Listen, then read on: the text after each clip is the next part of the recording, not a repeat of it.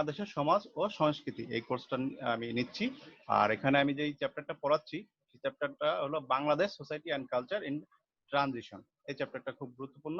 এখানে আমি আজকে যে টপিকটা পড়াবো এই সপ্তম অধ্যায় থেকে, সেই টপিকটার নাম হলো শিল্পায়ন বা ইন্ডাস্ট্রিয়ালাইজেশন। এই টপিকটা খুবই গুরুত্বপূর্ণ। তোমরা যদি বিগত সালের কোশ্চেনগুলো অ্যানালাইসিস করো, আমি করেছি, আমি তোমাদের দেখাবো, শো করবো এখানে, তাহলে তোমরা দেখতে পারবা যে এই চ্যাপ্টারটার প্রত্যেকটা টপিক কতটা ইম্পর্টেন্ট। এই ভোকাল শোনা যাচ্ছে? কথা শোনা যাচ্ছে?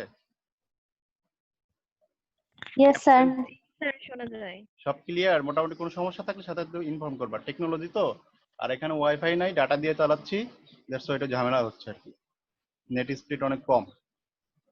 সমস্যা হলে সাথে সাথে বলবা, আমি সেটা রিকভার করতে সেই তুলনায় আপনার নেট অনেক ভালো স্যার। আচ্ছা আচ্ছা, তাহলে আমাদের যে টপিকস শিল্পায়ন, এটা নিয়ে আমরা আলোচনা করব। আর সেকেন্ড স্লাইডে, আমি থার্ড স্লাইডে যাচ্ছি, আমরা কি কি নিয়ে বিষয় নিয়ে আজকে আলোচনা করব সেই বিষয়ে আমি একটু আলোকপাত করতে যাচ্ছি। আমার আলোচ্য সূচি যা যা আমি আজকে ক্লাসে বিভিন্ন বিষয় নিয়ে পড়বো, তার মধ্যে প্রথম যেটা আমার আলোচ্য সূচি সেটা হলো গুরুত্বপূর্ণ প্রশ্ন বিশ্লেষণ।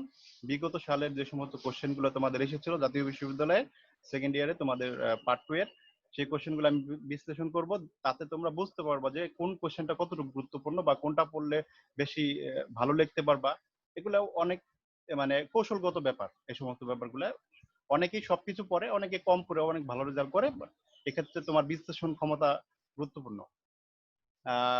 দ্বিতীয় যে বিষয়টা আমরা আলোকপাত করবো এটা হলো শিল্পায়ন কাকে বলে। যেহেতু আমাদের আজকের টপিক শিল্পায়ন, শিল্পায়ন কাকে বলে এটা নিয়ে আলোচনা করব। তৃতীয়, বাংলাদেশের সমাজ ও সংস্কৃতিতে শিল্পায়নের প্রভাব, শিল্পায়নের ইম্প্যাক্ট বা ইফেক্ট, এটা আমি দুই ভাগে বিভক্ত করেছি। ক, শিল্পায়নের ইতিবাচক প্রভাব, এবং খ, শিল্পায়নের নেতিবাচক প্রভাব, এই দুইটা ভাগে। সো আমার আলোচ্য সূচিতে এখনো পর্যন্ত আমরা পেলাম তিনটা টপিকস: প্রশ্ন বিশ্লেষণ, শিল্পায়ন কাকে বলে, বাংলাদেশ সমাজ ও সংস্কৃতিতে শিল্পায়নের প্রভাব, এবং এই প্রভাবটা আমি দুই ভাগে বিভক্ত করেছি, একটা হলো ইতিবাচক প্রভাব আর একটা হলো নেতিবাচক প্রভাব।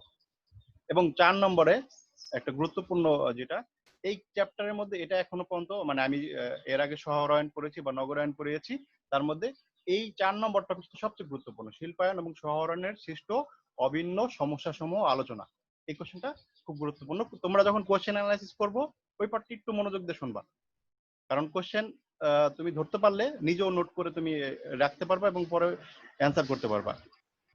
5 নম্বর যে পয়েন্টটা, বাংলাদেশে সামাজিক ও সাংস্কৃতিক পটভূমি আলোচনা করো। এবং তাহলে এখানে যেই টপিকগুলো পেলাম তার মধ্যে লাস্টের 4 এবং 5 এই দুইটা হলো তোমাদের সবচেয়ে গুরুত্বপূর্ণ এই ফুল 7 নম্বর অধ্যায়ের মধ্যে। এই দুটো টপিকস আমি মনে করি এই দুটো টপিকসের উপর ভালোভাবে আলোকপাত করলে তোমরা খুব ভালো করতে পারবে। এখন আমি চলে যাচ্ছি প্রশ্ন বিশ্লেষণে বা কোশ্চেন অ্যানালাইসিস। সেটা দেখলে তোমরা বুঝতে পারবে আসলে কোন কোশ্চেনগুলো এখানে আসবে। ফার্স্ট, ক বিভাগে যেটা 1 মার্কের কোশ্চেন হয়, ঠিক আছে, 1 মার্কের কোশ্চেনে এখানে গুরুত্বপূর্ণ যেটা শিল্পায়ন কাকে বলে, শহরায়ন কাকে বলে। 2017 সালে এসেছিল 1 মার্কের কোশ্চেনে শহরায়ন কাকে বলে। সেখানে তোমরা একটা প্রামাণ্য সংজ্ঞা দিয়ে বা একটা গঠনমূলক সংজ্ঞা দিয়ে কি করবা, এটা আমি গত ক্লাসে লাস্ট স্লাইডে দিয়েছিলাম, স্লাইডে সংজ্ঞাটা আছে, তোমরা এখান থেকে নিতে পারবা যে শহরায়ন কাকে বলে, এটা এসেছিল। সাথে সাথে তোমরা শিল্পায়ন কাকে বলে, এটা যে কোনো সালে আসতে পারে, এটাও তোমরা পড়ে রাখবা। এটা এক কথায় একটা সংক্ষিপ্ত সংজ্ঞা। শিল্পায়নের সংজ্ঞাটা আমি দিয়েছি, এই স্লাইডে আছে। আর শহরায়নের সংজ্ঞাটা আমি লাস্ট ক্লাসে দিয়েছিলাম। সেখান থেকে দুইটা সংজ্ঞা অল্প একটা স্লাইডের মধ্যে অল্প করে দিয়েছিলাম, সেটা তোমরা একটু দেখার চেষ্টা করবা, তাহলে 1 মার্কের যে কোশ্চেনটা কভারেজ হয়ে যাবে। এখান থেকে আর 1 মার্কের কোনো কোশ্চেন আসার নাই, দুইটা কোশ্চেন ইম্পর্টেন্ট এখানে 1 মার্কের। সেকেন্ড, খ বিভাগে যেটা আমরা 4 মার্কের কোশ্চেন বলি এটাকে, খ বিভাগে এখনো অনেকে অ্যাডমিট চাচ্ছে। আচ্ছা, খ বিভাগে অনেকেই আছে, অনেকগুলো কোশ্চেন ইম্পর্টেন্ট। তার মধ্যে নগরায়ন কাকে বলে বা নগরায়ন কি, কোশ্চেনটা তুমি সালের দিকে তাকালেই বুঝতে পারবে কতটা ইম্পর্টেন্ট। 12 সালে এসেছে, 13 সালে এসেছে, 17 সালে এসেছে, 18 সালে এসেছে, 19-এ আসেনি, ভাগ্যিস তোমাদের জন্য আসবে এটা এ মনে করে হয়তো বা, ঠিক আছে। 19 সালে আসলে হয়তো বা একটু লেস ইম্পর্টেন্ট হয়ে গেত, বাট 17, 18 পরাপর 2 বছরে এসেছে। তার মধ্যে কতটা ইম্পর্টেন্ট এই কোশ্চেনটা, 12, 13, 17, 18, মানে এই কোশ্চেনটা 4 মার্কের জন্য তোমরা ভালো করে নোট করে রাখবা। আমি ওখানে কিছু দেখানোর চেষ্টা করেছি। নগরায়ন কাকে বলে বা নগরায়ন কি, এটা একটু চেষ্টা করবা। তারপরে যে কোশ্চেনটা শিল্পায়ন কাকে বলে, এটা 14 সালে এসেছে, এরপর আর কোনোদিন আসেনি 19 সাল পর্যন্ত। তো 14 সালের শিল্পায়ন কাকে বলে এই কোশ্চেনটাও তোমরা একটু চেষ্টা করবা ভালো করে করার জন্য। আমার এই স্লাইডটাও শিল্পায়নের উপর, তোমরা এটাও করবা বা লেকচারটা ফলো করবা, এজ ওয়েল এজ বইগুলো ফলো করবা। 3 নম্বর কোশ্চেন খ বিভাগের, বাংলাদেশের শিল্পায়নের প্রতিবন্ধকতা সমূহ লেখো। এটা 14 সালে এসেছে, 17 সালে এসেছে, 2 বছর যেহেতু এটা এসে পড়েছে, তো এটা খুব গুরুত্বপূর্ণ একটা কোশ্চেন। তো এখান থেকে আমরা 4টা কোশ্চেন পেলাম, 4টা না 5টা, যেহেতু এখানে 2টা কোশ্চেন এখানে পরপর আছে, শিল্পায়ন এবং শহরায়ন। তো 5টা কোশ্চেন আমরা পেলাম। এই 5টা কোশ্চেন খুব গুরুত্বপূর্ণ। এরপর আমি যেটা যাবো 10 মার্কের কোশ্চেন, কারণ আমরা সাধারণত হাইলাইটস করি 10 মার্কের কোশ্চেন ভালো করে লিখতে হবে, তাহলে 10 মার্কের কোশ্চেনে বেশি পেলে আমরা ভালো কিছু করতে পারবো। দ্যাটস ওয়াই ওই কোশ্চেনটা খুব বেশি গুরুত্ব দিয়ে আমরা পড়ার চেষ্টা করি। তো 10 মার্কের কোশ্চেনে আমরা যাচ্ছি। এটা গ বিভাগের কোশ্চেন বলে। তোমরা দেখবা গ বিভাগের যে কোশ্চেন যদি অ্যানালাইসিস করতে পারো বিগত সালের, তাহলে অনেকটা তুমি অনেক মানে কোশ্চেন তুমি একটু কম পড়লেও হবে, বা যে সমস্ত কোশ্চেন গুলো 19 সালে চলে এসেছে সেগুলো লেস ইম্পর্টেন্ট দিয়ে পড়লে হবে। এগুলো স্ট্র্যাটেজি, এগুলো কৌশলগত ব্যাপার। সবকিছুই পড়ো এটা আমি চাই, বাট এগুলো কৌশলগত ব্যাপার। গ বিভাগের যে সবচেয়ে গুরুত্বপূর্ণ কোশ্চেন 12 সালে এসেছে এবং 18 সালে এসেছে, সো এটা খুবই গুরুত্বপূর্ণ। এবং 19 সালে আসেনি, 24 সালে তোমাদের আসতে পারে বা আসার সম্ভাবনা অনেক বেশি। দ্যাটস ওয়াই আমি এটা রেখেছি এখানে। কোশ্চেনটা হলো বাংলাদেশের সমাজ ও সংস্কৃতির উপর নগরায়নের প্রভাব আলোচনা করো। গত ক্লাসে যেটা আমি পড়িয়েছিলাম, নগরায়ন। আচ্ছা, নগরায়নের এটা এটা গত ক্লাসে আমরা পড়েছিলাম। সেকেন্ড যে কোশ্চেনটা 10 মার্কের কোশ্চেন এবং তোমাদের জন্য ইম্পর্টেন্ট, সেটা হলো, এখনো অনেকে অ্যাডমিট নিচ্ছে, সমকালীন বাংলাদেশের সমাজ ও সংস্কৃতির উপর শিল্পায়ন ও নগরায়নের প্রভাব বিশ্লেষণ করো। এই কোশ্চেনটা 16 সালে যে কোশ্চেনটা এসেছিল 2 নম্বর এখানে গ বিভাগের, এই কোশ্চেনটা তোমরা দেখবা যে শিল্পায়ন এবং নগরায়নের প্রভাব দুইটা মিলিয়ে কোশ্চেন করা হয়েছে। তো তোমরা যদি নগরায়নের প্রভাবটা পড়ো, তাহলে এটাই অ্যান্সার করে দিলে হবে। এখানে শিল্পায়ন বা নগরায়নের প্রভাব যে বিশ্লেষণ করো, এটা নগরায়নের প্রভাবটাই, যেটা পজিটিভ এবং নেগেটিভ। অনেক সময় তোমাদের কোশ্চেন এরকম হতে পারে যে উল্লেখ করে দিতে পারো শুধুমাত্র ইতিবাচক দিক আলোচনা করো, তখন তোমরা শুধু ইতিবাচক দিক আলোচনা করবে। অনেক সময় হয়তো বা কোশ্চেনে লিখতে পারে যে প্রভাব প্রভাব বিশ্লেষণ অথবা প্রভাব আলোচনা করো, তখন তোমাদের পজিটিভ নেগেটিভ দুইটাই আলোচনা করতে হবে। তো সেক্ষেত্রে তোমরা বইয়ে অনেক অনেক পয়েন্ট আছে, 19টা 20টা করে পয়েন্ট আছে, তোমরা অত পয়েন্ট দিতে পারবা না। তোমরা 1.5 গুণ পয়েন্ট দিতে হয়, 10 মার্কের জন্য 16টা পয়েন্ট দিতে হয়। সো দুইটা মিলিয়ে 8টা 8টা 16টা পয়েন্ট যদি ভালো করে অ্যানালাইসিস এক্সাম্পল দিয়ে করতে পারো, মোটামুটি ভালো মার্ক তোমরা ক্যারি করতে পারবা। আচ্ছা, সমকালীন বাংলাদেশের সমাজ সংস্কৃতি। তো এই দুইটা কোশ্চেন কিন্তু কাছাকাছি, আমি যে দুইটা কোশ্চেন স্লাইডে তোমরা দেখতেছো এখন মোটামুটি কাছাকাছি সেম কোশ্চেন।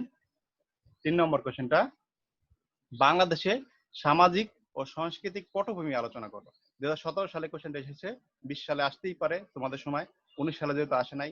এই কোশ্চেনটা খুবই গুরুত্বপূর্ণ। এটা মনে হয় তোমাদের অ্যাসাইনমেন্ট দেওয়া হয়েছে। আমি লাস্টের স্লাইডটা আলোচনা করব, লাস্টের স্লাইডের দিকে এটা আলোচনা করব।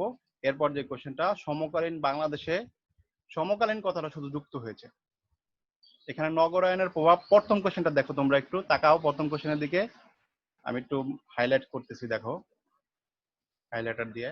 প্রথম কোশ্চেনটা ছিল কি, এটা ছিল প্রথম কোশ্চেন, যে বাংলাদেশ সমাজ ও সংস্কৃতির উপর নগরায়নের প্রভাব আলোচনা করো। আর লাস্টের যে কোশ্চেন, আমি স্লাইডে বর্তমানে এখন লাস্টের যে কোশ্চেনটা আছে, এটা দেখো খালি এখানে সমকালীন শব্দটা যোগ করে দিয়েছে। তার মানে কি, তোমার অ্যান্সার একই হবে। কোশ্চেন সমকালীন লেখক আর যাই লেখক, অ্যান্সার একই হবে। সেক্ষেত্রে তুমি সমকালীন কিছু এক্সাম্পল দিবা, তোমার উদাহরণগুলো হবে সমসাময়িক বা বর্তমান সময়ের প্রেক্ষিতে এক্সাম্পল গুলো হবে, এছাড়া আর কিছুই না। একই কোশ্চেন প্রথমটা এবং স্লাইডের লাস্টেরটা। আচ্ছা, এরপর যেটা আমি দেখবো যে কোশ্চেনটা, বাংলাদেশের সমাজ এবং সংস্কৃতির উপর শিল্পায়নের প্রভাব আলোচনা করো। মানে এই চ্যাপ্টার বা সপ্তম অধ্যায়ে দেখো প্রতি বছর না কোনো কোশ্চেন এসেছে, তাও ব্রড কোশ্চেন, যেটা মানে 10 মার্কের। চ্যাপ্টারটা খুবই গুরুত্বপূর্ণ। দেখো ঘুরিয়ে পেঁচিয়ে শিল্পায়ন অথবা নগরায়ন, নগরায়ন অথবা শিল্পায়ন, অথবা শিল্পায়ন নগরায়ন মিক্স করে যে কোনো কোশ্চেন এখান থেকে এসেছে। সেই কোশ্চেন, এই চ্যাপ্টারটা খুবই গুরুত্বপূর্ণ।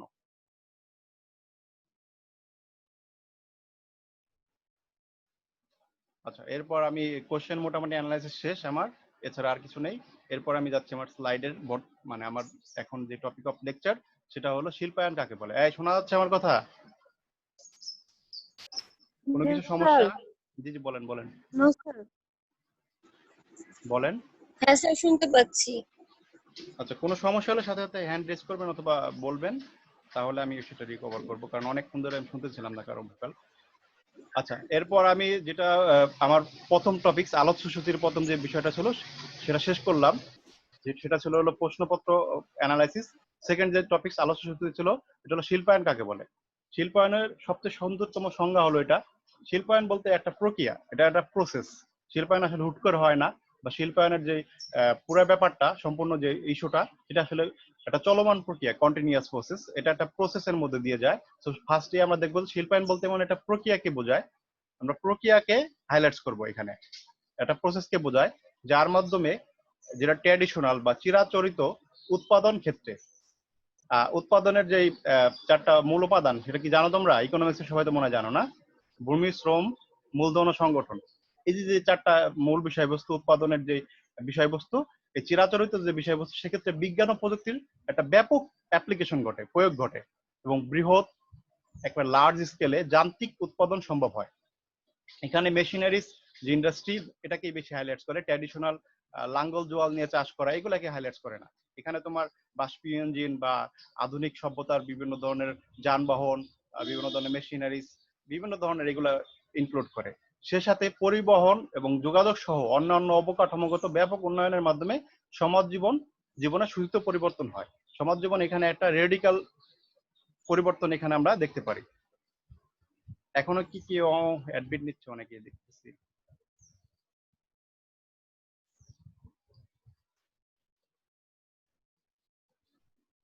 আচ্ছা, এখানে আরেকটা জিনিস যেখানে আমরা ই করলাম, এই সংজ্ঞা থেকে পেলাম যে শিল্পায়নের ফলে চিরাচরিত যে উৎপাদন ক্ষেত্র, সেখানে বিজ্ঞান ও প্রযুক্তির প্রয়োগ ঘটে, অ্যাজ ওয়েল এস পরিবহন ও যোগাযোগ সহ অন্যান্য অবকাঠামো, ইনফ্রাস্ট্রাকচার, বিল্ডিং, স্থাপনা, বিভিন্ন কিছু ব্যাপক উন্নয়নের মাধ্যমে সমাজ জীবনে একটা আমূল পরিবর্তন বা একেবারে রেডিক্যাল পরিবর্তন, যে পরিবর্তন হয়, সেটাকে আমরা শিল্পায়ন বলি। এখানে শিল্পায়নকে অ্যানালাইসিস করলে কয়েকটা পয়েন্ট আমরা পাই। সেই পয়েন্টগুলো আমি একটু অ্যানালাইসিস করলে তোমরা বুঝতে পারবা। এক্সটেন্সিভ প্রসেস, একেবারে বৃহৎ আকারের একটা প্রসেস, ঠিক আছে শিল্পায়ন এই ব্যাপারটা। এই শোনা যাচ্ছে? আমাকে দেখা যাচ্ছে? হ্যাঁ স্যার। দেখা যাচ্ছে আমাকে? জি জি সব স্যার, ঠিক দেখা যায়। দেখা যায় কিভাবে? আমি তো ই করলাম। জি স্যার সব ঠিকঠাক। সেকেন্ড যেটা আমব্রেলা টার্ম, শিল্পায়ন আমব্রেলা টার্ম বলতে এখানে আমব্রেলা মানে ছাতা বলতে এখানে মিন করেছে যেটা, যে এটা বিভিন্ন শাখা প্রশাখা বিস্তৃত, একটা ছাতার জীবন বিভিন্ন দিকে বিস্তৃত থাকে না, স্যার আমব্রেলা টার্ম। জি জি স্যার বলেন। এক্সটেন্সিভ প্রসেসটা আরেকবার বলেন কি? এক্সটেন্সিভ প্রসেস বলতে শিল্পায়ন মনে করো একটা হ্যান্ডিক্যাপ, কুটির শিল্প ক্ষুদ্র আকারে হলো, তাহলে ওটা আমরা শিল্পায়ন ধরবো না। হিউজ শিল্প কারখানা লোকালাইজেশন হলো একটা জায়গার মধ্যে, মনে করো 20-30টা ফ্যাক্টরিজ, গার্মেন্টস ইন্ডাস্ট্রি অথবা অন্য অন্য যে ফ্যাক্টরিজ, অনেকগুলো এমন করে এক জায়গায় একত্রীভূত হতে হবে, লোকালাইজেশন হতে হবে। যেমন ঢাকা সিটিকে যদি ধরি বা নারায়ণগঞ্জকে ধরি, এই সমস্ত জায়গায় কিন্তু ব্যাপক শিল্পায়ন হয়েছে। বাট আমি যদি একটা লোকাল এরিয়ায় ফরিদপুর বা যে কোনো একটা জায়গায় ধরি, কয়েকটা শিল্প কারখানা নিয়ে একটা শিল্প এরিয়া গড়ে উঠলো, তাহলে সেটাকে আমি শিল্পায়ন বলতে পারবো না। এটাকে একটা এক্সটেন্সিভ বা লার্জ স্কেলে হতে হবে। দ্যাটস ওয়াই এটা এক্সটেন্সিভ প্রসেস হিসেবে এটা গণ্য করা হয়েছে। আরেকটা সেকেন্ড হলো, বোঝা গেছে, এটা এক্সটেন্সিভ প্রসেস বৃহৎ আকারে হবে, অনেক বেশি পরিমাণে শিল্প কারখানা থাকবে, অনেক বেশি পরিমাণে কলকারখানা থাকবে, অনেক বেশি পরিমাণে মেশিনারিজ দ্রব্যাদি এখানে ইউটিলাইজ হবে, অনেক বেশি টেকনোলজি, অনেক বেশি গবেষণা হবে সেখানে। কিন্তু অল্প আকারে হলে সেটা আমরা ধরবো না, শিল্পায়ন হিসেবে ধরবো না। এটা রেডিক্যাল পরিবর্তন আনবে ওই সোসাইটির। যেমন মনে করো এখানে এক্সটেন্সিভ প্রসেসের যদি একটা এক্সাম্পল দেই, 18 শতাব্দীর শেষ আর 19 শতাব্দীর শুরু, এই সময়ে ইংল্যান্ডে, বর্তমানে যেটা আমরা ইউকে বলি, ইংল্যান্ডে বাষ্পীয় ইঞ্জিনের সূচনা হয়। বাষ্পীয় ইঞ্জিন আসে জেমস ওয়াটের। বাষ্পীয় ইঞ্জিনের ফলে সেখানে ব্যাপক পরিমাণে মেশিনের মাধ্যমে দ্রব্যাদি উৎপাদনের একটা স্পৃহা দেখা যায় সেখানে। দ্যাটস ওয়াই ওখানে একটা ব্যাপক পরিমাণে শিল্প কারখানা গড়ে ওঠে, এবং ইংল্যান্ডের মাধ্যমে কিন্তু সারা পৃথিবীতে শিল্পের বিপ্লব হয়েছে, ইন্ডাস্ট্রিয়াল রেভলিউশন যাকে বলে। সেই শিল্প বিপ্লবের ফলে কিন্তু আমরা সেই সুফলগুলা সভ্যতা বা মডার্ন সোসাইটি আমরা পাচ্ছি। তো এটা একটা এক্সটেন্সিভ হবে, আমূল পরিবর্তন হবে, এবং দীর্ঘ সময় ধরে হবে, 50-60 বছর, অনেক ক্ষেত্রে 20 বছর ধরে ওই এটা প্রসেস হবে। ঢাকা সিটি যে তোমরা দেখতেছো শিল্পায়ন হয়েছে, এটা কিন্তু একদিনে হয়নি, দীর্ঘদিনের একটা বৃহৎ আকারের প্রসেসের মাধ্যমে এটা হয়েছে। দ্যাটস ওয়াই এটা একটা extensive process, as well as এটা আমব্রেলা টার্ম, অনেক কিছু ইনক্লুড করবে। শুধুমাত্র কয়েকটা ফ্যাক্টরি বা গার্মেন্টস ইন্ডাস্ট্রি হলো তা না, এখানে যানবাহন ব্যবস্থা, গৃহায়ন ব্যবস্থা সবকিছু ইনক্লুড করবে, অনেক কিছু। দ্যাটস ওয়াই এটা একটা আমব্রেলা টার্ম, ইকোনমিক্স এর বিভিন্ন বিষয় এখানে ইনক্লুড হবে। চেঞ্জ অকুপেশনাল স্ট্রাকচার, শিল্পায়ন আসলে মূলত অনেক সমাজবিজ্ঞানীরা মনে করে যে কৃষি ব্যবস্থা থেকে তোমার শিল্প ক্ষেত্রে মানুষের পার্টিসিপেশন হওয়াটা কি মিন করে। আসলে এরকম না, কৃষি ব্যবস্থা থেকে শিল্প ক্ষেত্রে পার্টিসিপেশন হওয়াটাই যে শিল্পায়ন না, এটা অনেকটা ইনক্লুড করে। বাট শিল্পায়ন বলতে এখানে অকুপেশনাল চেঞ্জ, সেখানে সার্ভিসে মানুষ বেশি যোগ দিবে, সবাই মেশিন বা বিভিন্ন এক্সপার্টাইজ নলেজ অর্জন করবে, স্কিল অর্জন করবে, এবং সেখানে তারা একটা নির্দিষ্ট কলকারখানা বা এজেন্সির মাধ্যমে বা একটা প্রতিষ্ঠানের মাধ্যমে তারা তাদের উৎপাদনের যে বিভিন্ন মেধা শ্রম এগুলা খাটাবে। Shift the localization of economic activities, এখানে একটা নির্দিষ্ট এরিয়াতে এটাই হবে। ইপিজেড একটা নাম শুনেছো না, এক্সপোর্ট প্রসেসিং জোন, এটা একটা Occupational শিল্পায়নের একটা structure, প্রসেস। জি জি, কে স্যার কি বলবেন? চেঞ্জ অকুপেশনাল স্ট্রাকচার এটা আরেকবার। চেঞ্জ অকুপেশনাল স্ট্রাকচার, বেশিরভাগ সমাজবিজ্ঞানীরা বলে থাকেন যে চেঞ্জ অকুপেশনাল স্ট্রাকচার বলতে এটা মিন করে না যে তারা কৃষি ব্যবস্থায় ছিল, তারা ফার্মার ছিল বা তারা কৃষির উপর নির্ভর ছিল, সেখান থেকে শিল্পায়নে যাওয়া। বাট ইকোনমিক্স যারা বা অর্থনীতিবিদ তারা আসলে মিন করে যে কৃষি ব্যবস্থা থেকে ইকোনমিক্স এর দিকে যাওয়াটাই হলো এখানে শিল্পায়ন। আমি একটা এক্সাম্পল দিয়ে বলতেছি, তাহলে মনে হয় আরো ক্লিয়ার হবে তোমরা। এক্সাম্পলটা এরকম,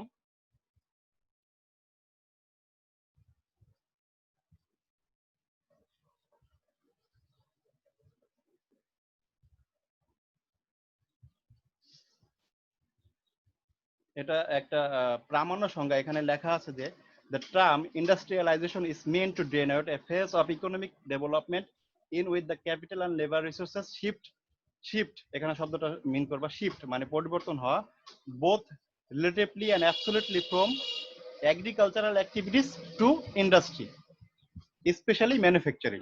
তার মানে কি, ফার্মার বা কৃষি সেবা বা কৃষি কাজের সাথে যুক্ত যে সমস্ত ব্যবস্থা ছিল সেখান থেকে শিফট করে তারা ম্যানুফ্যাকচারিং দিকে বা শিল্পর দিকে ধাবিত হয়, সেটাই হলো অকুপেশনাল চেঞ্জ স্ট্রাকচার আমরা বলে থাকবো।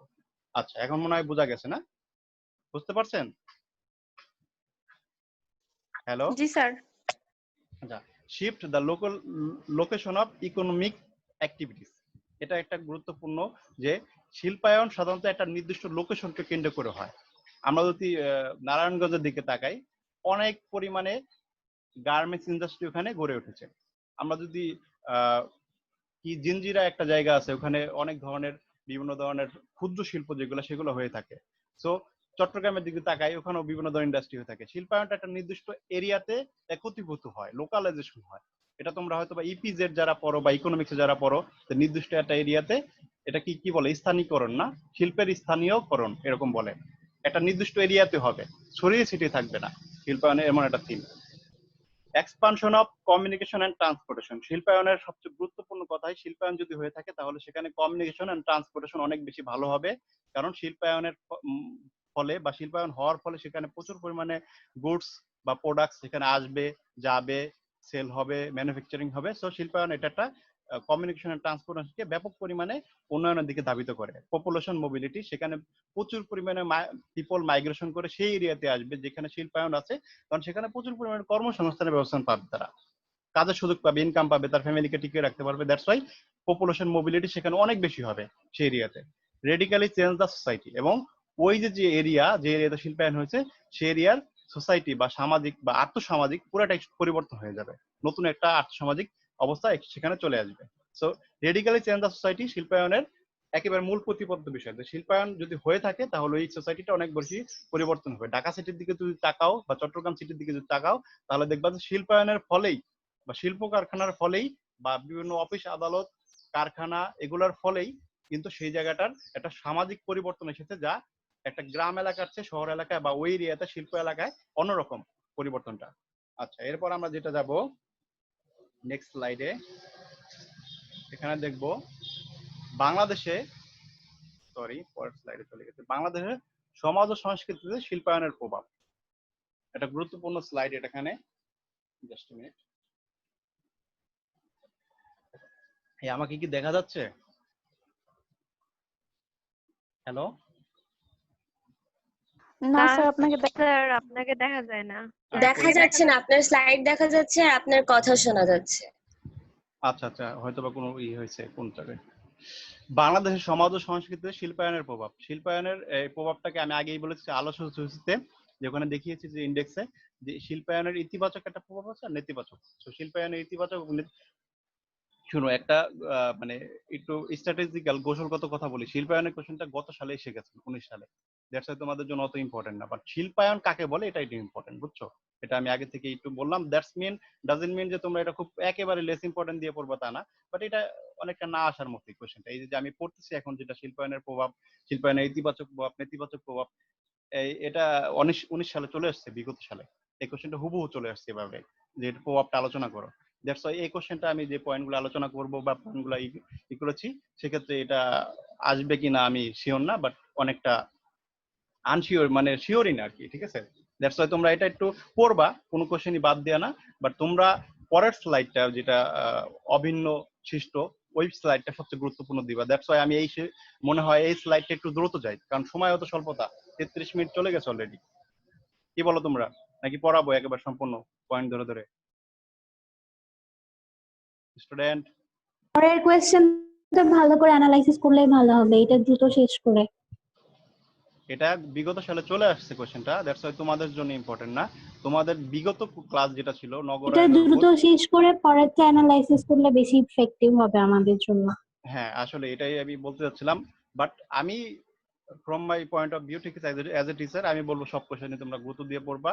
বাট এই কোশ্চেনটা বিগত সালে চলে আসছে, দ্যাটস ওয়াই প্রত্যেকটা পয়েন্ট পড়ে পড়ে সময় নষ্ট করলে একটু তোমাদের জন্য পরের কোশ্চেনটা সময় কম পাবা। দ্যাটস ওয়াই আমি এটা একটু দ্রুত যাচ্ছি। শিল্পায়নের ইতিবাচক প্রভাব, শিল্পায়নের ইতিবাচক প্রভাবের সবচেয়ে গুরুত্বপূর্ণ যে ব্যাপারটা আসবে, প্রাকৃতিক শক্তি যেই আয়ত্তকরণ, গ্যাস, বিদ্যুৎ, কয়লা ওই এরিয়াতে প্রচুর পরিমাণে ইউটিলাইজ হয়, উৎপাদন বৃদ্ধি, শিক্ষা ও বিজ্ঞানের জ্ঞান বিজ্ঞানের প্রসার, এটা গুরুত্বপূর্ণ। শিক্ষা ও জ্ঞান বিজ্ঞানে সেখানে আমি, তোমরা কি দেখতে পাচ্ছ পয়েন্টগুলা? শিক্ষা ও বিজ্ঞানে জ্ঞান বিজ্ঞানের যে প্রসার, এটা খুব বেশি হয় ওই এরিয়াতে, প্রচুর পরিমাণে গবেষণা হয়।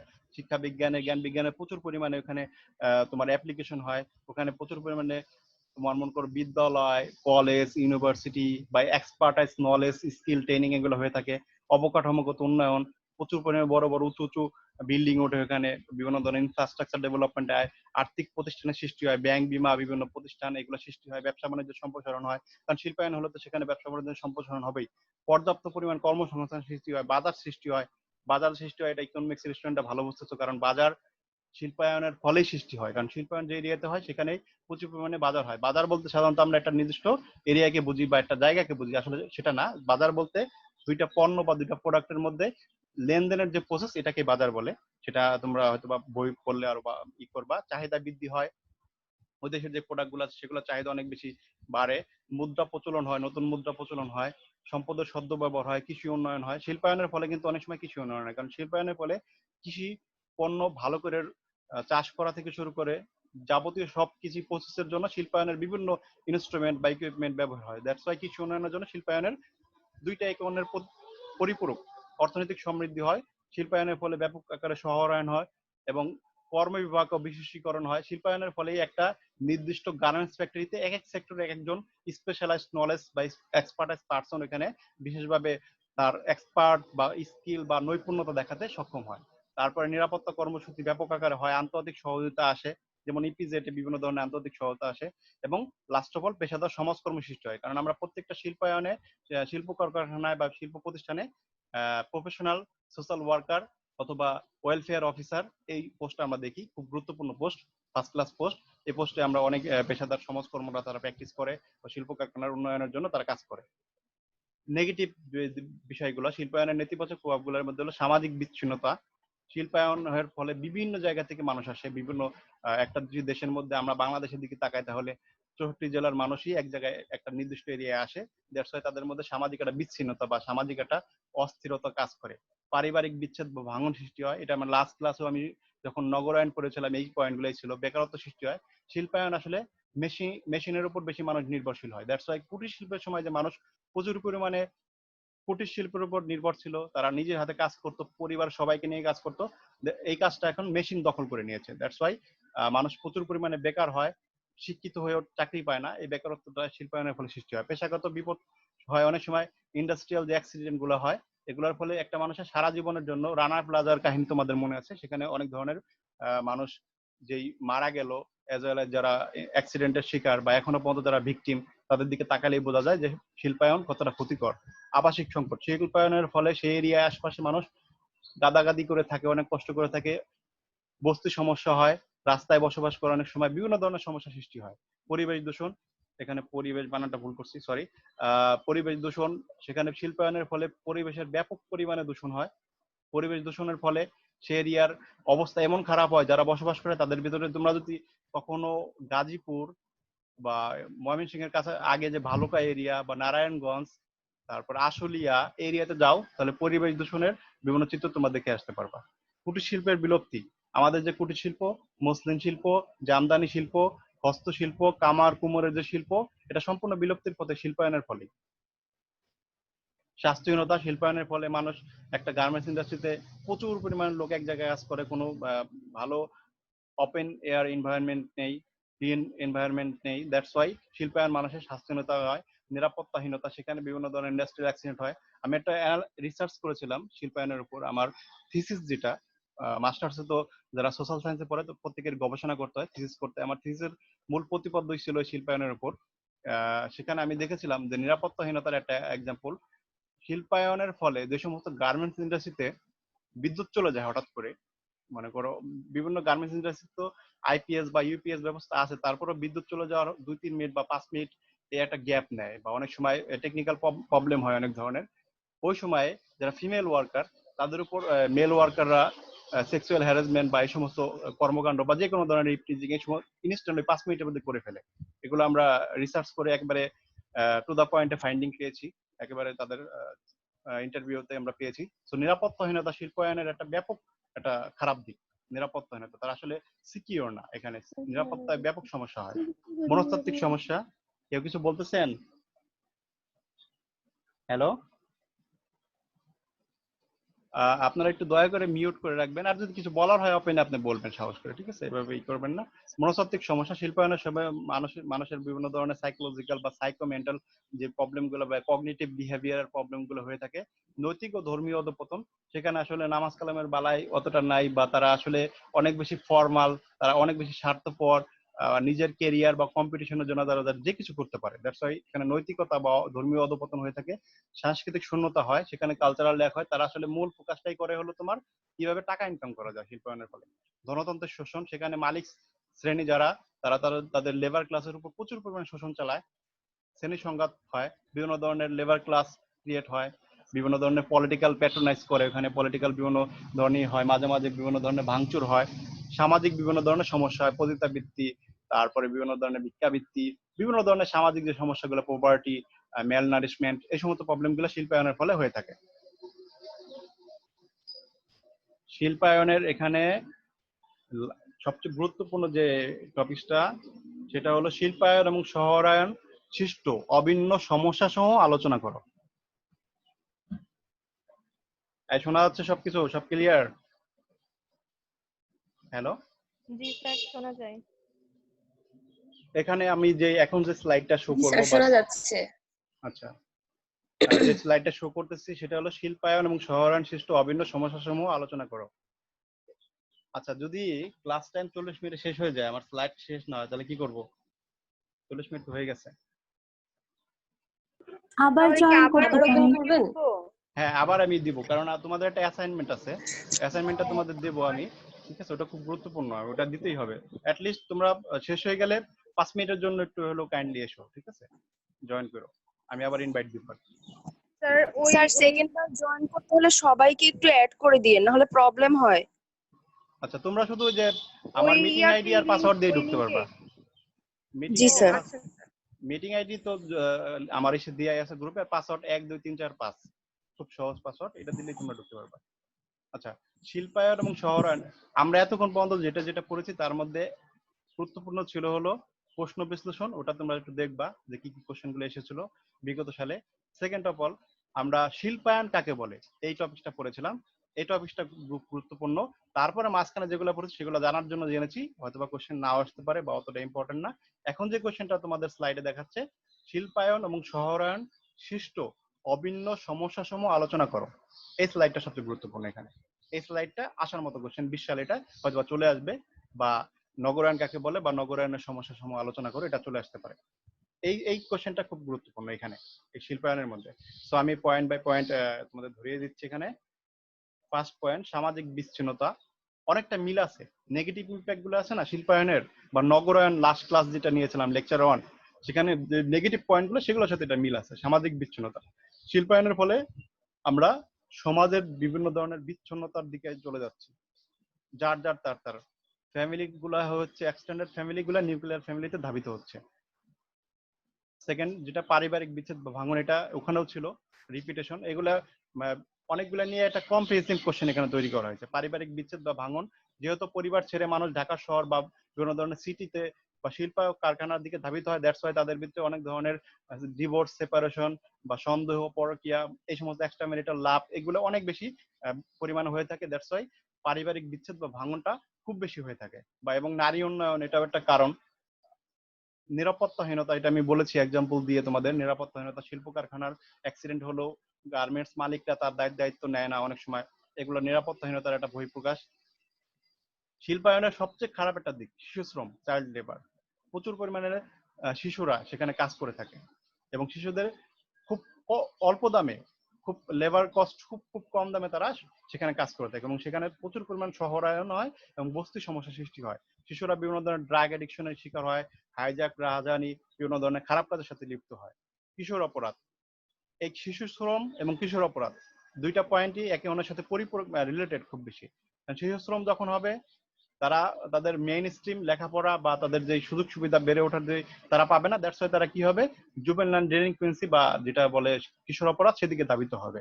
তারা অনেক বেশি খারাপ খারাপ কাজ করে থাকবে।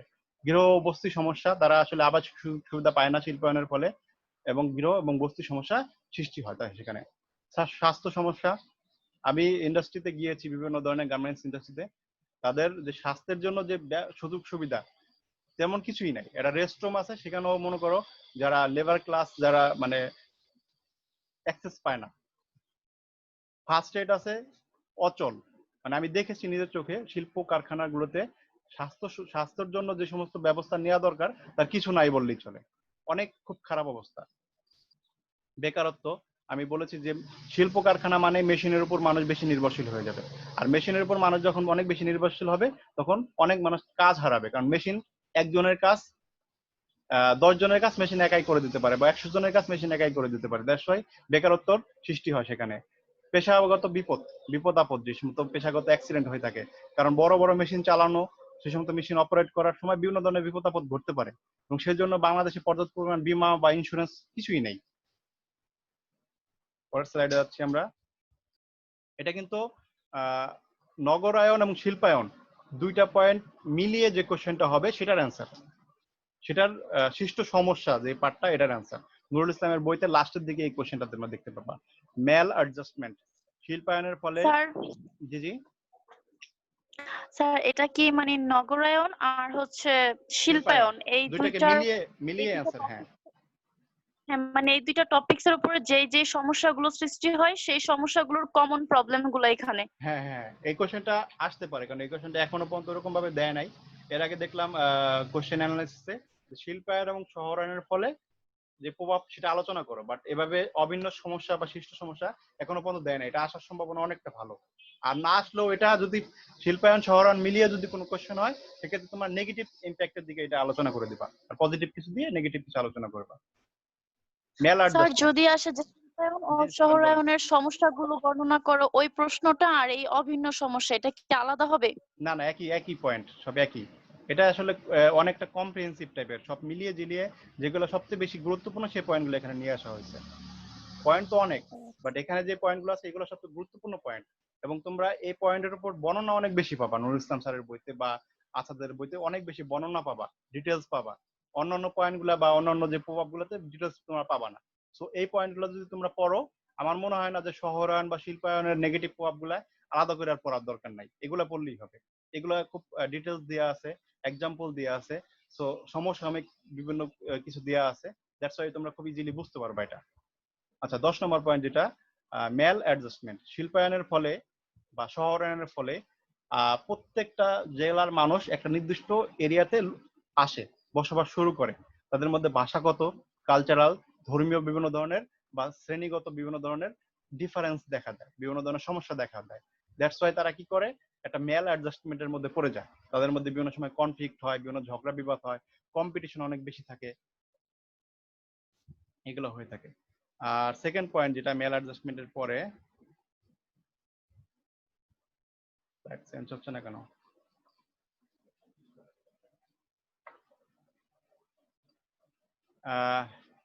কনফ্লিক্ট অনেকটা মেল অ্যাডজাস্টমেন্ট থেকে সৃষ্ট। প্রত্যেকটা পয়েন্টের সাথে রিলেটেড। এখানে সংঘাত এবং কনফ্লিক্ট যেটা এটা হয়ে থাকে। সোশ্যাল ইভিল এন্ড প্রবলেম, সামাজিক যে ইভিল গুলো আছে, সোশ্যাল ইভিল আর সোশ্যাল প্রবলেম দুইটার মধ্যে ডিফারেন্স আছে। সোশ্যাল ইভিল বলতে আমরা বলবো যে সমস্ত সমস্যা, অনেকগুলো সমস্যার জন্ম দেয়, যেমন দারিদ্রতা, এটা একটা সোশ্যাল ইভিল। কারণ দারিদ্রতা থেকে আমাদের কিন্তু অনেক ধরনের প্রবলেম হয়। দারিদ্রতার কারণে মানুষ বিভিন্ন ধরনের ক্রাইম করে, মেল নারিশমেন্ট হয়, দারিদ্রতার কারণে বিভিন্ন ধরনের বেকারত্ব সৃষ্টি হয়, অনেক কিছু একটা প্রবলেম সৃষ্টি করে। দ্যাটস ওয়াই এগুলো হলো সোশ্যাল ইভিল। আর সোশ্যাল প্রবলেম যে কোনো সমস্যা হতে পারে, আর্লি ম্যারিজ, তারপরে পলিগামি, তারপর বিভিন্ন ধরনের যৌতুক প্রথা, এগুলো সোশ্যাল প্রবলেম হিসেবে গণ্য হবে। এই সমস্ত সমস্যা কিন্তু এই শিল্পায়নের ফলে সৃষ্ট বা শহরায়নের ফলেই সৃষ্ট হয়ে থাকে। মোরাল অ্যান্ড রিলিজিয়াস ডিগ্রেডেশন, এটা আমি আগেই বলেছি, ধর্মীয় বা নৈতিকতার যে ব্যাপারটা, সেটা আসলে শিল্পায়নের ফলে মানুষ এত বেশি রিয়েলিস্টিক হয়ে যায়, বা এত বেশি ফর্মাল হয়ে যায়, এত বেশি সেলফিশ হয়ে যায়, বা এত বেশি কনফ্লিক্টের দিকে ধাবিত হয়, এত বেশি কম্পিটিশন করে তারা তাদের নৈতিকতা ভুলে যায়। তারা আসলে নৈতিকতার দিকে আর তাকায় না, তারা দেখে কত তাড়াতাড়ি তারা ভালো কিছু করতে পারবে। কালচারাল ল্যাক, সেখানে কালচারাল বা সাংস্কৃতিক একটা শূন্যতা তৈরি হয়। তোমরা জানো কালচার দুই প্রকার, এটা আমি আগেও বলেছি। এটা বস্তুগত কালচার, এটা অবস্তুগত কালচার। বস্তুগত কালচার যেমন মনে করো ল্যাপটপ, মোবাইল ফোন, তারপর বিভিন্ন ধরনের ডিভাইস, গ্যাজেট, এগুলা প্রতিনিয়ত এগুলো 4G 5G বিভিন্ন জেনারেশন পর জেনারেশন আসতেছে। বাট অবস্তুগত কালচার যেটা আমাদের অ্যাটিটিউড, ভ্যালুস, নর্মস, আমাদের যে চিন্তা ভাবনা, ধ্যান ধারণা, এটা কিন্তু ওই তুলনায় ততটা বৃদ্ধি পায় না। আমরা কিন্তু ওই তুলনায় আমরা অ্যাডভান্স হতে পারি না। দ্যাটস ওয়াই আমাদের মধ্যে একটা কালচারাল ল্যাক হয়, অশান্তি সৃষ্টি হয়। মনে করো এখন বর্তমান সময় 5G বা 4G অ্যান্ড্রয়েড ফোন বা দামি দামি ফোন আসতেছে খুব কম দামে, বা আরো ভালো ভালো বিভিন্ন ধরনের সোশ্যাল মিডিয়া, অনেক কিছু হচ্ছে।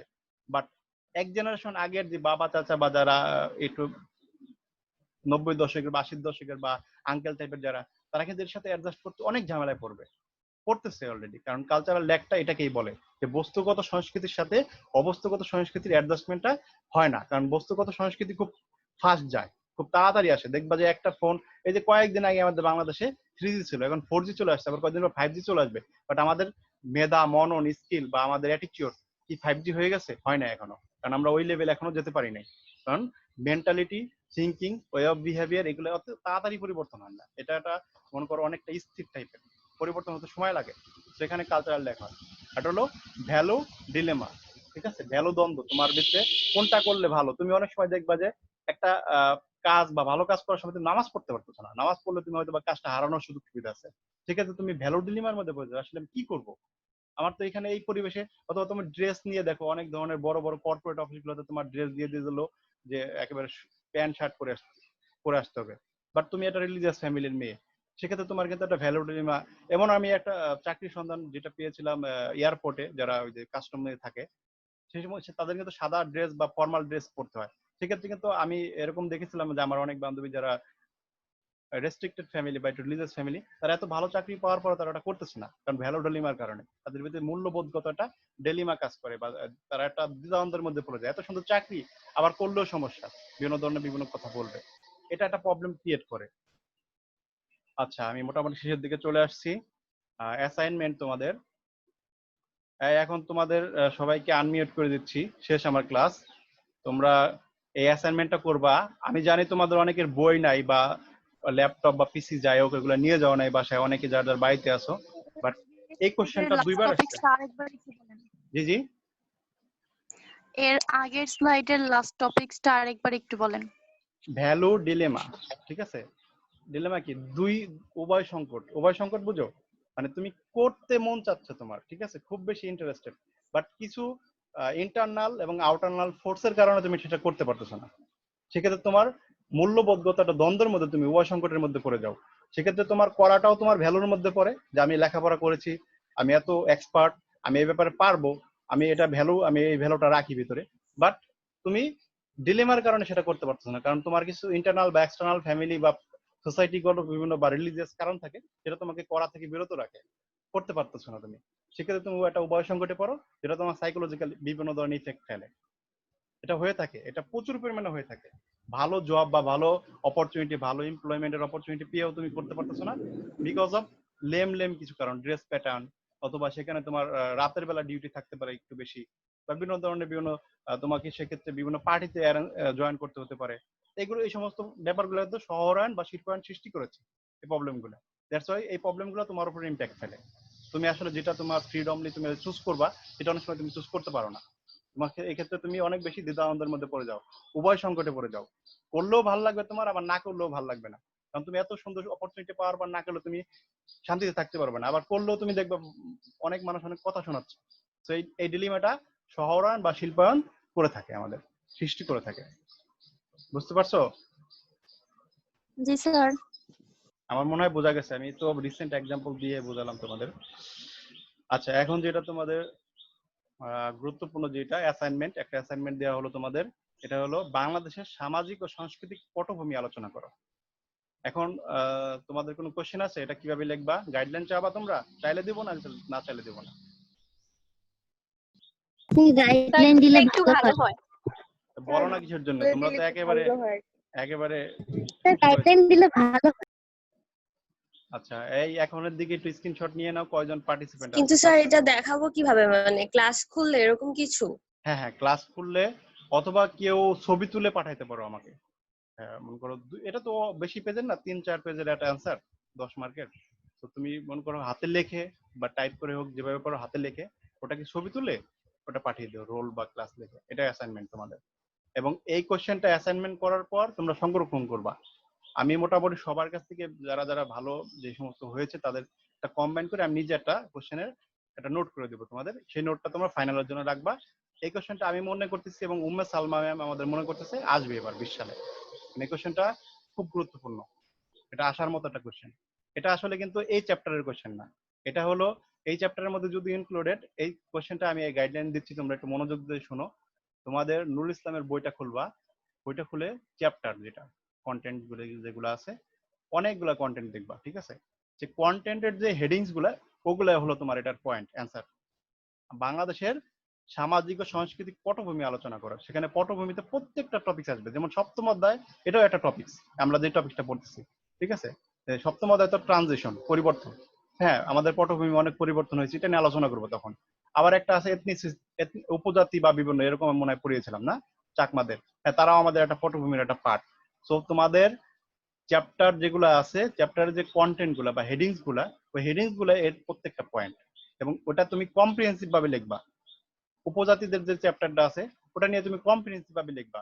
তারপরে কৃষি কাঠামো বা সমাজ কাঠামো এরকম মনে একটা চ্যাপ্টার আছে, ওটার উপর তুমি মনে করো যা বুঝো, মানে একটা পয়েন্টের উপর লিখতে হয়, হাফ পেজ বা 1 পেজ যাই লিখলা, ওটার উপর তুমি লিখবা হলিস্টিক ভাবে। মানে কি বুঝছো তুমি এই পয়েন্ট থেকে, আমাদের প্রেক্ষাপটটা কি, আমাদের সমাজ ব্যবস্থাটা কি, ওটা থেকে তুমি যেটা বুঝো সেটা তুমি নিজের ভাষায় লিখবা। এটা কম্প্রিহেন্সিভ কোশ্চেন। এটা কম্প্রিহেন্সিভ কোশ্চেন আমাদের ঢাকা ভার্সিটি তো লাস্টের সেমিস্টারে এরকম কোশ্চেন থাকতো, তোমাদেরও ফাইনালে এরকম একটা কোশ্চেন দিয়ে দিতে পারে। কম্প্রিহেন্সিভ কোশ্চেন অ্যান্সার করলে অনেক বেশি মার্ক পাওয়া যায়। তুমি এক্ষেত্রে 10 মার্কের কোশ্চেন আসলে তোমাকে অনেক সময় 9 দিয়ে দিবে তারা, কারণ এটা তুমি অনেক কিছু ইনক্লুড করতে পারবা, অনেক এক্সাম্পল দিতে পারবা। সো এই কোশ্চেনটা তোমরা একটু কাইন্ডলি নিজেরা চেষ্টা করবা অ্যান্সারটা লেখার, 10 মার্কের কোশ্চেনের জন্য যতটুকু লিখতে হয়, এবং লেখে ক্লাস খুললে যদি ইনশাল্লাহ করোনা যায় বা আল্লাহ তাআলা পৃথিবী সুস্থ করে তখন দেখাবা। আর এর আগেও যদি কেউ করে ফেলো বা কেউ পাঠাতে চাও তাহলে ছবি তুলে আমাকে সেটা দিবা। আমি ভালো ভালো যার যার হয়েছে সেগুলো কম্বাইন করে আমি একটা অ্যান্সার করে তোমাদের গাইডলাইনটা দিয়ে দিব, এই নোটটা দিয়ে দেবো, তোমরা এটা ফাইনালের জন্য সংরক্ষণ করবা। ঠিক আছে? এই হলো তোমাদেরই। থ্যাংক ইউ তোমাদের সবাইকে। ক্লাস শেষ করতে যাচ্ছি আমি। কোনো কোশ্চেন থাকলে বলতে পারো তোমরা। Thank you sir. Thank you sir. কোনো কোশ্চেন থাকলে বলতে পারো, কোনো স্লাইড নিয়ে বা এই লাস্ট অ্যাসাইনমেন্ট নিয়ে বা কিছু নিয়ে, বা টেকনিক্যাল। জি জি স্যার, এই যে অ্যাসাইনমেন্টের ছবিটা কি স্যার আপনার প্রোফাইলে পাঠাবো? হ্যাঁ হ্যাঁ হ্যাঁ, এটা তো ইন্ডিভিজুয়াল অ্যাসাইনমেন্ট, এটা তো কোনো অ্যাসাইনমেন্ট তো তোমার ব্যক্তিগত, এটা কখনো তুমি গ্রুপে করো না, মেসেঞ্জার গ্রুপেও না বা এফবি গ্রুপেও না, কারণ এটা তো তোমার নিজস্ব একটা অ্যাসাইনমেন্ট, ঠিক না? ওখানে দিলে তো তোমারটা দেখে দেখে অন্যরা করে ফেলবে। ঠিক আছে? বুঝতে পারছো? জি স্যার। ইনবক্স করে দিলে তো হবে, তাই না হ্যাঁ, স্যার? ইনবক্স করে দিও, কারণ এটা তুমি পাবলিক গ্রুপে বা ওখানে দিলে তো সবাই দেখে ফেলতেছে, তাহলে তো আর অ্যাসাইনমেন্ট হলো না। অ্যাসাইনমেন্ট টু ইন্ডিভিজুয়াল ওয়ার্ক, ঠিক না? আচ্ছা, আজকে ক্লাস নিয়ে কোনো কোশ্চেন?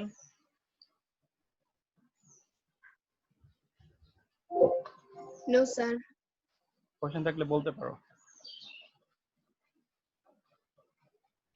স্যার শহরায়ন আর নগরায়ন একই না?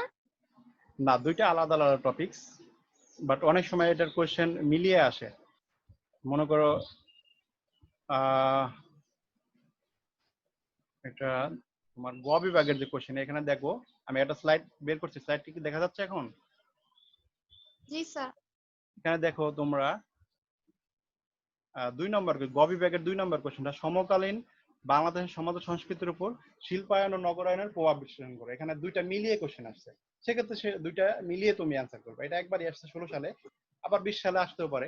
দ্যাটস ওয়াই তোমরা এখানে এরকম মিলিয়ে খুব কম আসে, একবার আসছে মাত্র। মনে হয় একই, শিল্পায়ন নগরায়ন তো শিল্পায়ন নগরায়ন দুইটা আলাদা টপিকস, বাট কোশ্চেন একবার দেখলাম মিলিয়ে আসছে, জাতীয় বিশ্ববিদ্যালয়ে মিলিয়ে কোশ্চেন করছে। শিল্পায়ন এবং কিন্তু নগরায়নের প্রভাব বিশ্লেষণ করো। জিজ্ঞেস স্যার করছি। আমি বলেছি যে শহরায়ন আর নগরায়ন একই না টপিক? না, আলাদা আলাদা দুইটা টপিকস। ও, শহরায়ন আর নগরায়ন, হ্যাঁ বুঝতে পারছি, হ্যাঁ একই কথা, হ্যাঁ দুইটা আলাদা। তুমি আমার লাস্ট ক্লাসটা দেখলে দেখবে আমি স্লাইড দিয়ে অথবা দিয়ে লিখেছি। হ্যাঁ ঠিক আছে, তুমি ভালো বুঝতে পারছো। শহরায়ন বলুক আর নগরায়ন বলুক, যেটাই বলুক তুমি মনে করি করতে পারবা, একই অ্যান্সার দিবা। মানে নামটা শুধু চেঞ্জ করে দিবা, কোশ্চেন যেভাবেই হোক। আর কোনো কিছু? স্যার অ্যানিমাস এন্ড কনফ্লিক্ট এটা আর একটু ভালোভাবে বুঝিয়ে দেন। আচ্ছা, তুমি মনে করো একেবারে নর্মাল মনে করো একটা এক্সাম্পল দিই, ঠিক আছে? দাঁড়াও একটা মিনিট।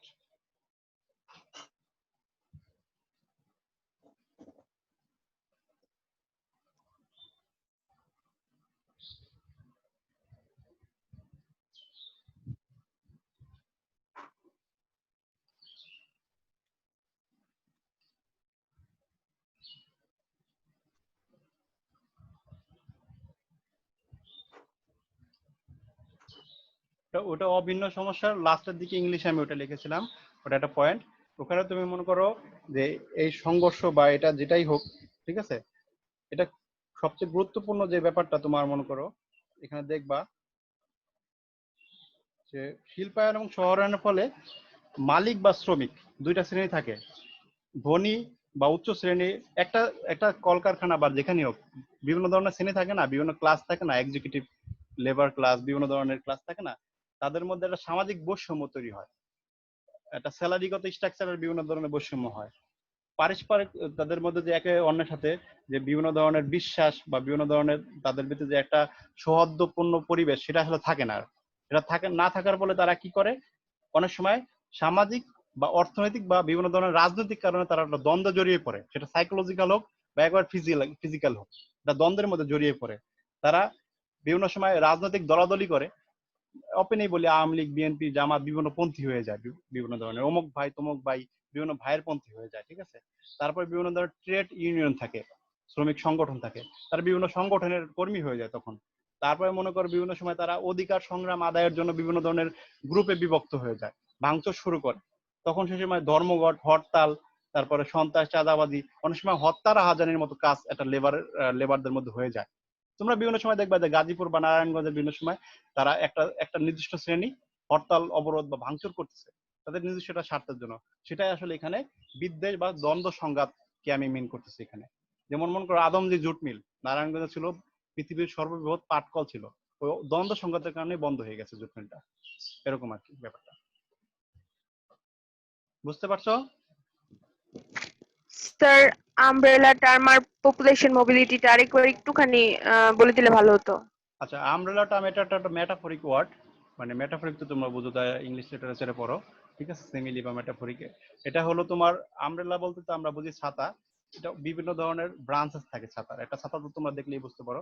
এই শিল্পায়ন ব্যাপারটা আসলে একটা নির্দিষ্ট এরিয়াকে কাভারেজ করে না, যদিও ইকোনমিক যারা পড়ে তারা আসলে শিল্পায়নকে সম্পূর্ণ ইকোনমিক্স এর ভাষা থেকে তারা অ্যানালাইসিস করে। বাট আমরা যারা সমাজ বিজ্ঞান পড়ি বা সমাজ বা তোমাদের এখন তোমরা সমাজ কল্যাণের এই কোর্সটা পড়তেছো, তোমরা অ্যাজ এ সমাজ বিজ্ঞান হিসেবে তোমরা অ্যানালাইসিস করবা। সেক্ষেত্রে তোমরা শুধুমাত্র ইকোনমিক্স এর দৃষ্টি থেকে এটা অ্যানালাইসিস করবা না, তোমরা এটা সামাজিক, অর্থনৈতিক, রাজনৈতিক এবং সাংস্কৃতিক, এই কয়েকটা ব্যাপার নিয়ে অ্যানালাইসিস করতে হবে। দ্যাটস ওয়াই এটা একটা আমব্রেলা টার্ম। তুমি মনে করো শিল্পায়নের ফলে সাংস্কৃতিক পরিবর্তন হয়, সামাজিক অস্থিরতাও হয়, সামাজিক বিভিন্ন অ্যাডভান্সমেন্ট আসে, আবার অর্থনৈতিক উৎপাদন অনেক ভালো হয়, ঠিক আছে, অ্যাজ ওয়েল অ্যাজ পলিটিক্যাল বিভিন্ন অ্যাক্টিভিটিস ওখানে হয়ে থাকে, শহরায়ন হয়। সো বিভিন্ন কিছু এটাকে ইনক্লুড করে। দ্যাটস ওয়াই এটা একটা আমব্রেলা টার্ম। আমব্রেলার বিভিন্ন সাইড যেমন ছাতার বিভিন্ন দিকে ছড়িয়ে ছিটিয়ে রয়েছে না, এই শিল্পায়নটা অনেক দিকে ছড়িয়ে ছিটিয়ে বিভিন্ন ভাবে মানে বিস্তৃত হয়ে রয়েছে। দ্যাটস ওয়াই এটাকে আমরা অনেক দিক ইনক্লুড করে অ্যানালাইসিস করব। যখন এটা আমরা বর্ণনা করব তখন আমরা শুধুমাত্র অর্থনৈতিক দিক বর্ণনা করব না, সব দিকে বর্ণনা করব। বুঝতে পারছো? জি স্যার। তাহলে শেষ করে দিই আমি ক্লাস। Okay sir. তাহলে আর কিছু মনে হয় জানার নেই না? ঠিক আছে, তোমরা ভালো থাকো তাহলে। থ্যাংক ইউ স্যার, ভালো থাকবেন। আল্লাহ হাফেজ, ভালো থাকো তোমরা।